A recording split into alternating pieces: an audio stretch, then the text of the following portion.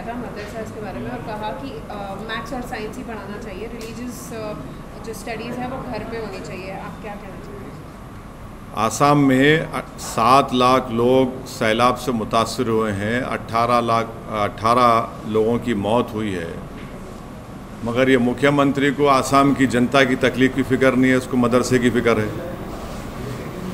ये मुख्यमंत्री को जानना चाहिए, जो हिस्ट्री का वीक स्टूडेंट है, कि जब संघी लोग अंग्रेज़ों से मिले हुए थे और जेल में बैठकर अंग्रेज़ों से माफ़ी की भीख मांग रहे थे, यही मदरसे के ज़िम्मेदारों ने अंग्रेज़ों के ख़िलाफ़ जिहाद का फतवा दिया। यही मदरसे से पढ़ने वाले लोगों ने अंग्रेज़ों के ख़िलाफ़ अपनी जानें दे दी और ये इनका एक इन्फीरियरिटी कॉम्प्लेक्स है। वो इस तरह से इन्फीरियरिटी कॉम्प्लेक्स को छुपाने के लिए इस तरह की बकवास करते रहते हैं। क्या राजा राम मोहन राय मदरसे में पढ़े थे या शाखा में पढ़े थे? और शाखाओं में और मदरसों में फ़र्क ये है कि मदरसों में इंसानियत का सबक सिखाया जाता, इंसानियत से हमदर्दी और मोहब्बत का पैगाम दिया जाता। तो इनको ये चीज़ें समझ में नहीं आती और इनको ये बात समझने की ज़रूरत है कि मदरसों में साइंस, मैथ्स सब पढ़ाया जाता और मदरसों के ज़रिए से ही भारत को और ख़ूबसूरत बनाया गया। तो इनको इन सब चीज़ों से मालूमात नहीं है। और आखिरी बात यह है कि नरेंद्र मोदी की सरकार क्या मदरसा मॉडर्नाइजेशन की स्कीम नहीं चला रही है? क्या सालाना भारत की पार्लियामेंट में उसका बजट मंजूर नहीं होता है क्या? तो इनको सिर्फ मुसलमानों से और इस्लाम से नफरत है, ये खुल के आ गया उनकी ज़बान पर।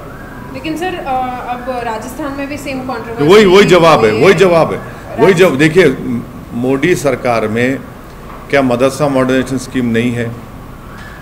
क्या मुख्तार अब्बास नकवी उसके मंत्री नहीं हैं?